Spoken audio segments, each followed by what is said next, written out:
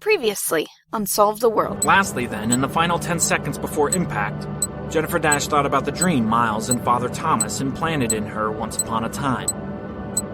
She thought of the king and his high kingdom. She trusted him. She knew he was a good king, a just king. But why hadn't she dreamed of him since Mecca? Where was he now? Why was her tattoo gone? Where had the scars...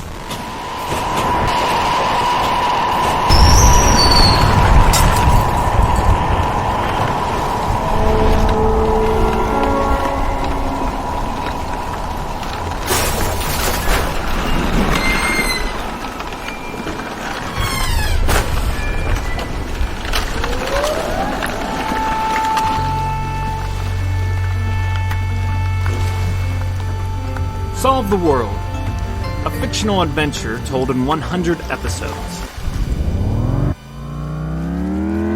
The most instant deaths in history since Sodom and Gomorrah.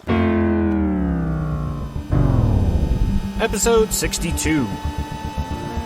Mea Culpa.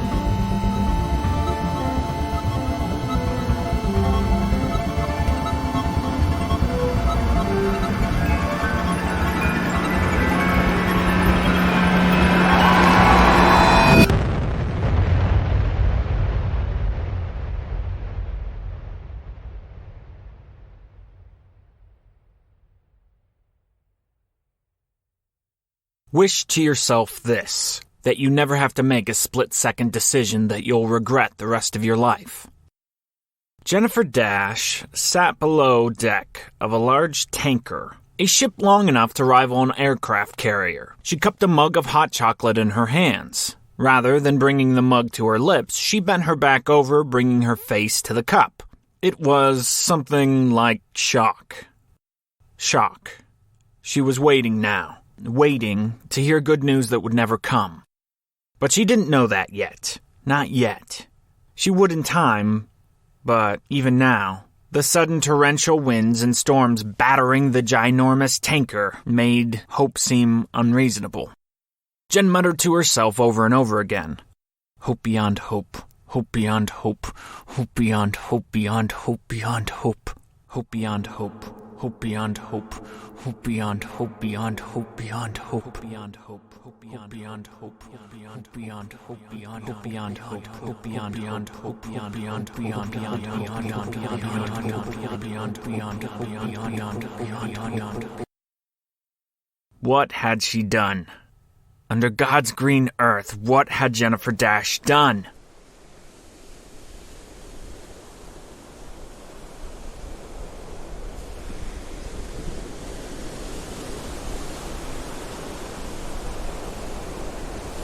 It happened like this.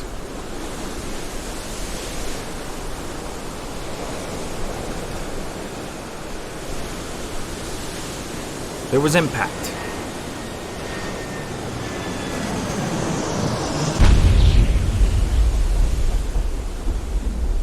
It was, all things considered, a petite, smooth touchdown. Flotation devices popped out from all sides of the plane. The whole passenger section of the plane was going to float, at least for a while.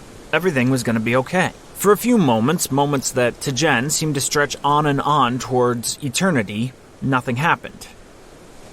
Everyone remained locked and loaded, belted down to their prospective seats. Then, all at once, the stewardesses popped up. They ran around like chickens with their heads cut off, but it proved not to be pointless. They were passing out life preservers, getting everybody out of the plane. What followed was confusing. Jen's brain turned somehow to autopilot. She was cognizant that she was moving, that her body was taking care of itself, and yet she felt detached from the whole situation. As it turned out, the plane couldn't float indefinitely. Much later, Jen would recognize the heroism of the stewardesses as they followed protocol to a T. They methodically got everyone out of the plane and onto a large, circular raft that seemed able to comfortably fit maybe 24, though in this case it needed only carry 13 unlucky survivors. Jen watched, clinging with both arms to a rope bolted down to the side of the raft, as the plane slowly took on too much water. and tipped, down into the abyss. Marianne, Egyptian priestess, protector, and murderer, sat poised beside Jen, still ready to attack anyone who dared to lay a hair on Miss Dash. The ocean winds were howling now, picking up speed with every breath. The rolling waves were cascading higher and higher. The plane was gone, and within minutes, various members of the life raft crew were purging their bodies of the day's meals. Jen, however, was stoned. She didn't vomit. She just hung to the ropes and waited, perhaps in a daze.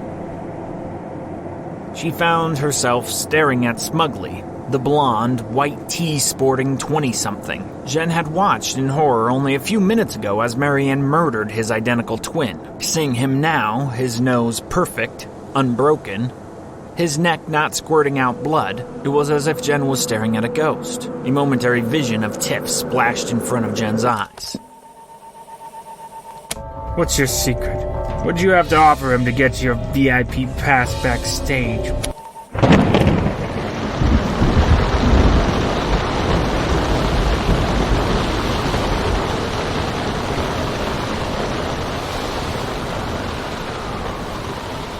Then came the helicopter.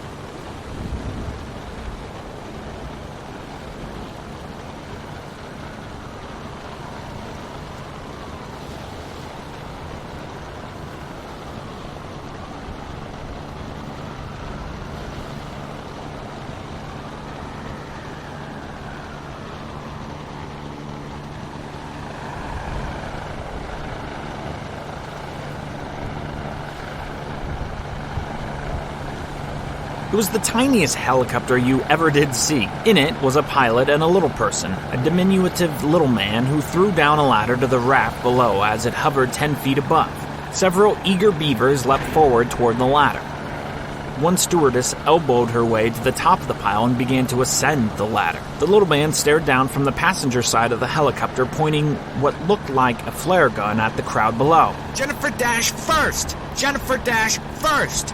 Jennifer Dash first!" he sang out. The stewardess, of course, ignored the warning and continued her ascension. The little man, apparently not willing to fire his weapon, put his gun down and with two hands began rigorously, violently thrusting the ladder back and forth so as to unlatch the stewardess. This worked so far as the young lady was unable to continue ascending the ladder with it writhing all about, but she wasn't about to release her grip.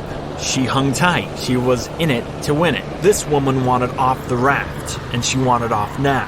Who could blame her? Marianne, knowing firmly her role in the drama, took to action. She grabbed one of the stewardess's legs and yanked with a vengeance. The young woman endured the onslaught of Marianne with a yelp, but somehow managed to endure.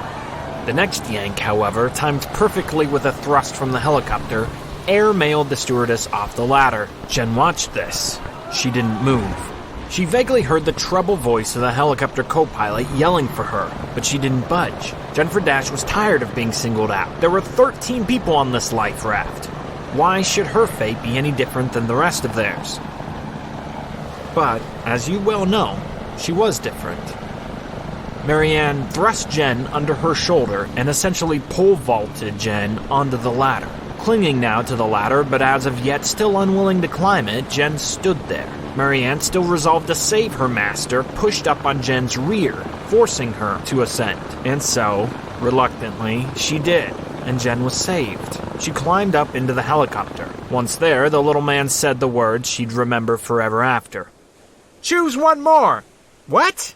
Jen yelled over the roar of the helicopter and the wind and the rain that was just beginning to deluge the party. "There's room for one more!" the little co-pilot yelled. "Who do you want?" Jen was frozen, catatonic. The little man grabbed Jen's cheek, pinched it like an angry grandmother. "Choose someone now, or no one gets to come." This jarred Jen into the moment. She had to choose. She looked down from her high, safe perch and examined the souls looking up hopelessly. They were a bedraggled bunch. The rain was coming down now in huge, school bus-sized droplets. The raft was taking water. The waves were pounding. This moment was horrible. If only you could close your eyes and escape this moment. Wake up the next. Forget the now.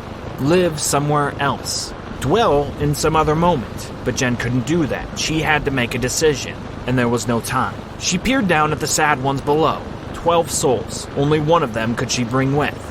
Of the 12, there were the stewardesses, the de-smuggled blonde-haired bombshell young man, identical twin to the tuxedoed Jacob whom Marianne ended, Smuggley's bodyguards, drivers, general goons, and lastly, there was Marianne Margaret, the young woman who saved Jen how many times already within the past 48 hours?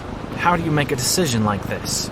Okay, the bodyguards, the goons, not them. They all look the same. Jen couldn't choose between them. Same goes for the stewardesses. Jen didn't know their names, didn't know if one of them was more virtuous or deserving than any other. They were strangers. That was the truth of it. So, that left Marianne and Smuggley himself.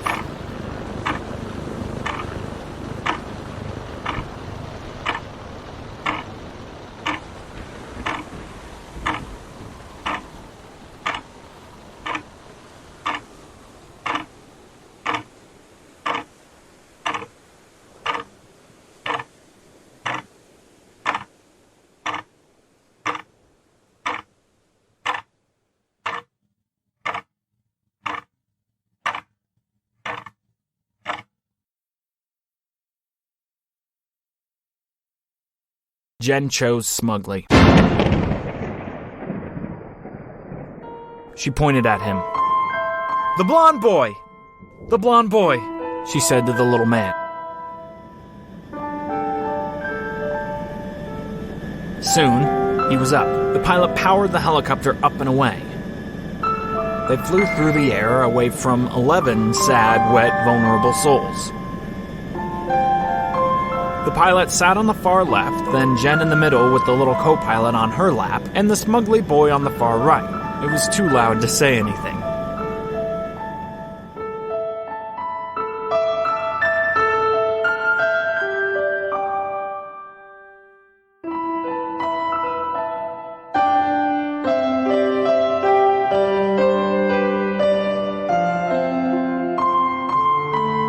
They landed maybe 40 minutes later on the tanker. It was stormy out, but endurable. As soon as Jen and the boy got off, the helicopter refueled on the deck of the large tanker and soared back into the distance. Once inside, Jen and the boy were given towels, hot beverages, and an explanation that the helicopter was flying back to fetch 2 more of the survivors. A nice, older woman explained plainly to Jen that the helicopter would continue to make trips out to the raft until everyone was brought safely back. Apparently, the hijackers had no intention of killing anyone.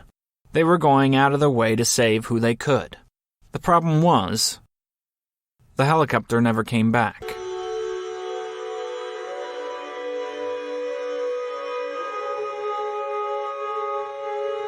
2 days later, on a sunny day at sea, the crew of the tanker, all members of the SCTI program, more frequently just known as SETI, an acronym which stands for the Search for Extraterrestrial Intelligence, would conduct a very sad, tearful funeral for the pilot, Clarence Rasmussen IV, and the co-pilot, a one Mr. Rolf Podhajski. No one knew for certain, but the universal assumption was that the helicopter got stuck in the storm and went down.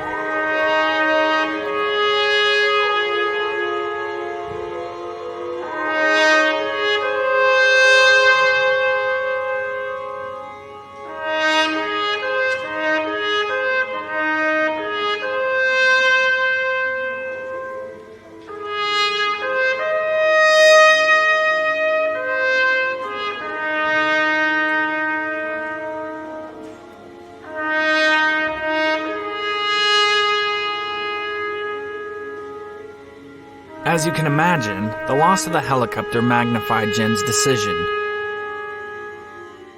Smuggley, the blonde bombshell, Jen would learn, was named Esau. That was just about the most info for the moment she could get on him. In an effort to validate her decision, on more than one occasion she tried to make friends. Esau was, in a word, non-communicative. There was a rather impressive little library on board the tanker, and Esau had taken an interest in reading 20,000 Leagues Under the Sea. One conversation between Jen and Esau went like this. Jen, hello? Esau? How's it going? Esau sits with his head buried halfway through Jules Verne's adventure. Jen, how's the book? Esau, no response. That's actually what he says. No response. Jen, okay, can we talk? Esau, maybe later. Jen knew she had to be careful here. She was unsure of whether or not Esau knew that Jen's bodyguard murdered his brother. It was quite likely he didn't know. But still, Jen had to be careful. Jen, I'm having a hard time processing what happened. Esau, yes. Jen, yes? Yes what? Esau, yes, you're having a hard time processing what happened. Jen, right, so can we talk about it? At this point, Esau dog-ears his book, presents an overly large, closed-mouthed grin to Jen, and walks out of the room. A later encounter went like this. There was a galley area wherein a spaghetti and meatball dinner had just been served. There were a couple SETI people, scientisty-looking chaps, finishing up their meal. Esau's plate was full, one large meatball just cresting over the ridge of his spaghetti string mountain. He obviously hadn't touched his plate. Apparently, he didn't have an appetite. Jen was finished with hers. She dumped it in a large garbage pail and slid over next to Esau. Jen, not hungry? Esau. From under the table, he pulls out 20,000 Leagues once again. Jen, haven't you finished that already? You're, always reading it. Esau. Have you read it? Jen, no. Is it any good? Esau. It's horrible. Just plain awful. Just like me. That's why I like it. A horrible person likes a horrible book. Esau got up promptly, ejecting his full plate of untouched spaghetti into the garbage. Jen calls out to him as he leaves. You really shouldn't waste food like that. Hope beyond hope. Hope beyond hope. Hope beyond hope, beyond hope, beyond hope. Sometime later, maybe 5 days, maybe 8, it's hard to say when exactly, Jen gives it one last college try. The tanker is compartmentalized in such a way that despite its grandiose size, the ship feels small. There are no large rooms. The whole floating city is splintered into a million tiny cabins. Right now, Esau's in one of these splintered rooms. This particular room seems to be aimed at rest and relaxation. There's a couch, a side table with a random assortment of aging magazines piled up, a television on top of a desk of drawers. The TV is on and the drawers are open, revealing an eclectic assortment of DVDs. Esau's sitting on the couch, watching an episode of MASH. Jen spots him, creeps into the room, and sinks into the couch right beside the golden-haired Adonis. Rather than fail at conversation again, Jen chooses just to sit there beside Esau. He's sweaty.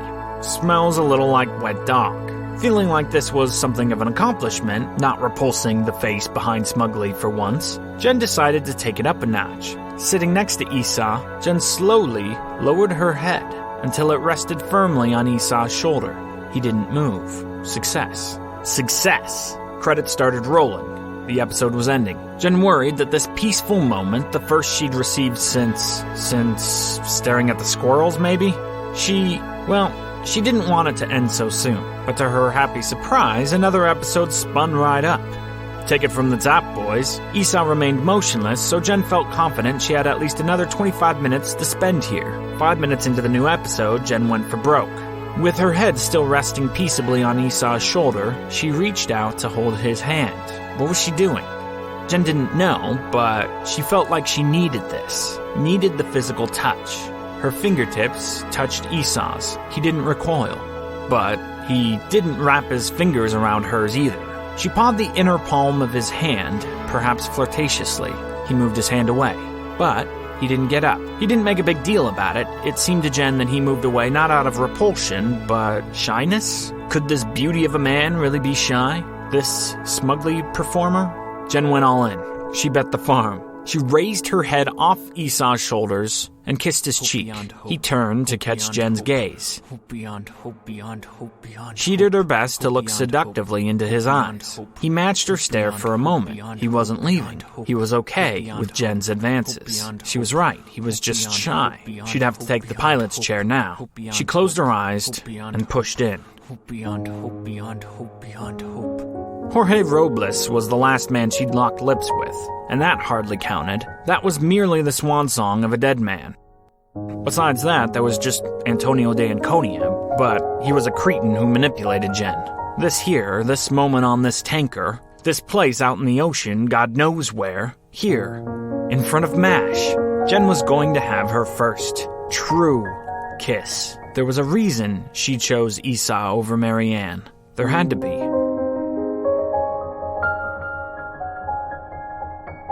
No.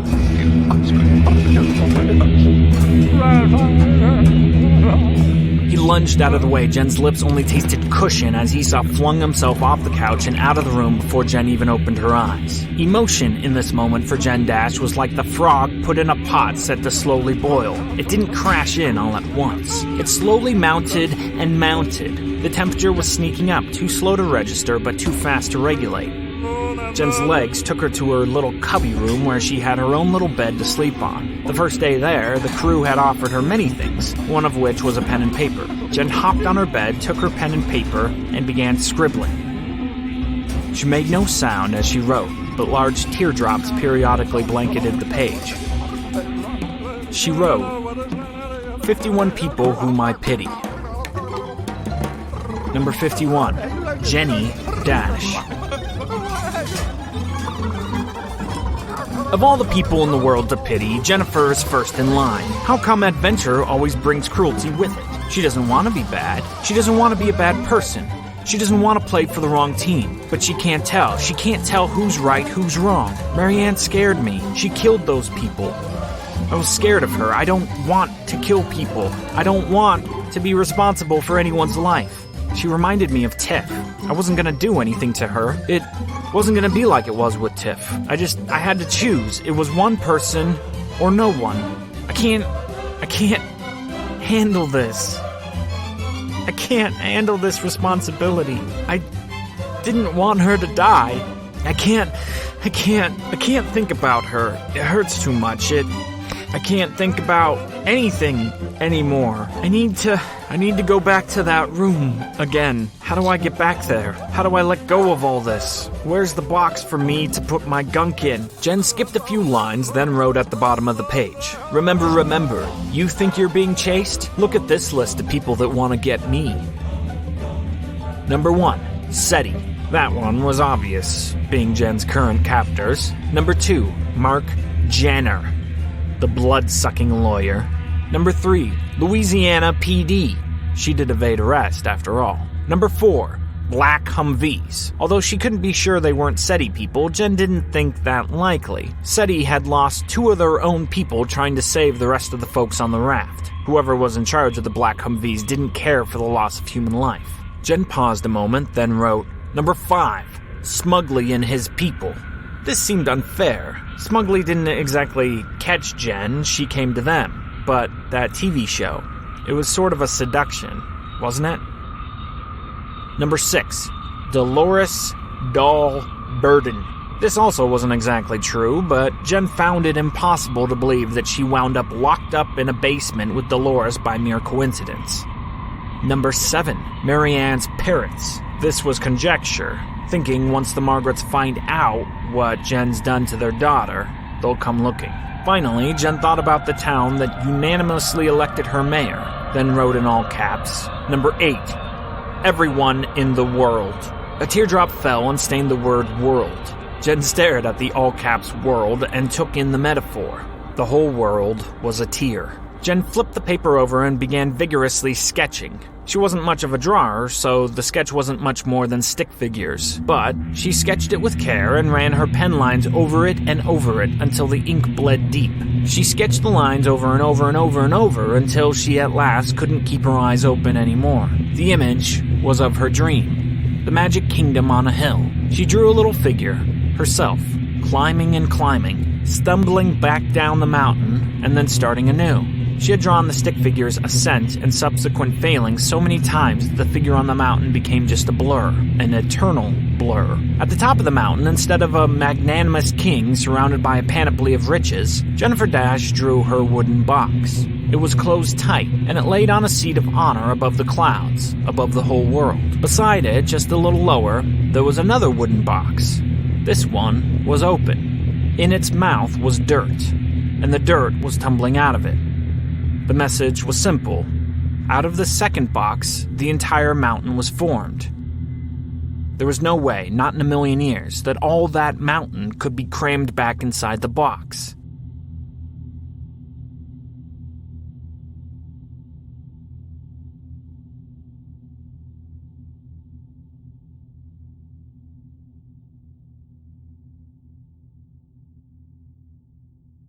Jen awoke in the morning to the sound of helicopter wings. They'd come back. Relief of relief. After all that, the pilot and the co-pilot didn't go down. They'd somehow got lost, or maybe they were stuck on an island, or, well, who knows what happened. The point was they were clearly back.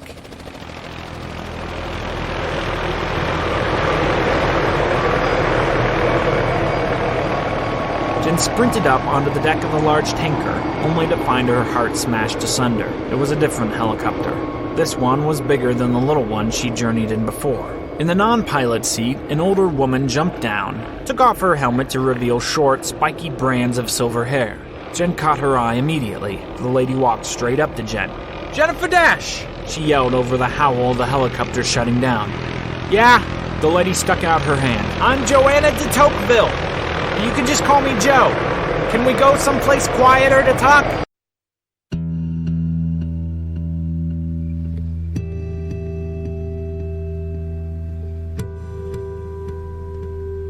They ended up in the same TV room that Jen and Esau watched MASH on just the evening prior. Joe's voice was calm, motherly. It didn't have the ring of authority to it like the other despots Jen had encountered. Joe didn't speak in the tone of the Patriot, or Mama and Fodderbeck, or Lilith Babbitt, or even Emanuela Gadar, the first mate of the Orion. No. This woman spoke softly, and, dare I say it, compassionately. "Jen, I want you to understand how sorry we are for everything that happened. This turned out to be a tragedy. There's no way of getting around it. I don't want to seem callous to your loss, and, frankly, the loss of life that we are responsible for. Before we get any further, do you have anything you'd like to say to me?" You didn't blow up the town, torch the bus? "No, Jennifer, no, we did not. We would never do such a thing as that.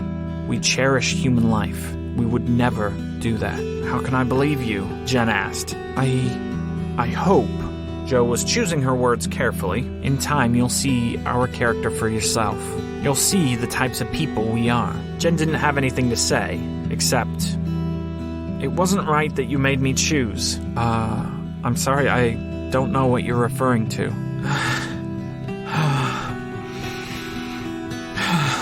Jen began to moan. She couldn't hold back emotion. "When we crashed, the helicopter came. I could only choose one. My bodyguard, Marianne, she saved my life. I should have picked her. But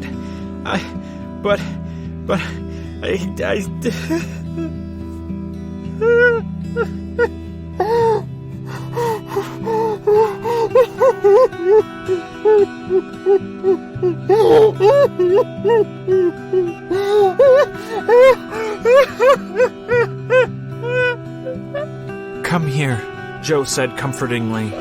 And like a mother cradling a sad child, Jen collapsed into Joe's arms. Joe patted Jen on the back, calming her. This was the physical attention Jen craved.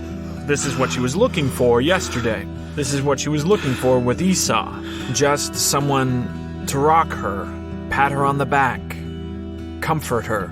"Shh," Joe cooed. "Shh, it's okay. It's okay.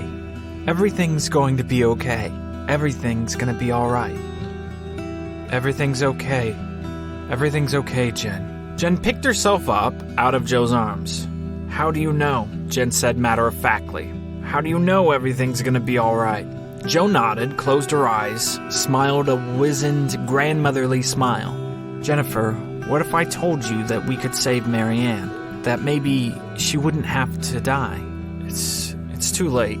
But what if it wasn't? What if I told you that all the people on the bus, all the people in the town, even your friends from back home that may have gotten the plague, everyone who died from the bombs, what if we could undo it all?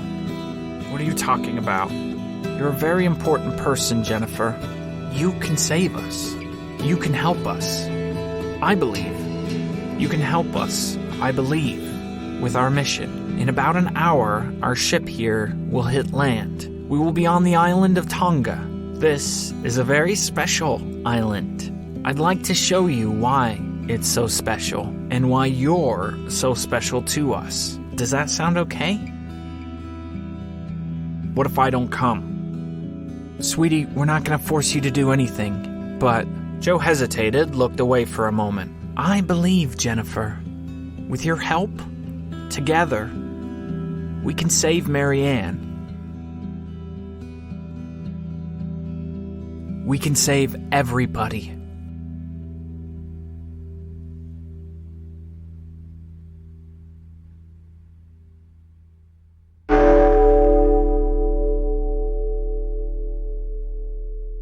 Hey guys, Dante Stack here. As you just heard in this episode, as a form of maybe mourning or processing her emotions, Jen in this episode did some sketches. Now, I have no ability whatsoever to do any sort of drawing, so I'm counting on you guys. I'm hoping for a fan, a listener out there, to recreate Jen's drawings for this week. Could you do that? If you do, send your fan art, send that sketch to me at dantestack@gmail.com. My name's spelled D-A-N-T-E, last name Stack, normal like S-T-A-C-K. Shoot me an email so that I can share the sketches with everybody and see it for myself. And anyone who ever produces fan art for us, for Solve the World, gets instant access into the Solve the World Society.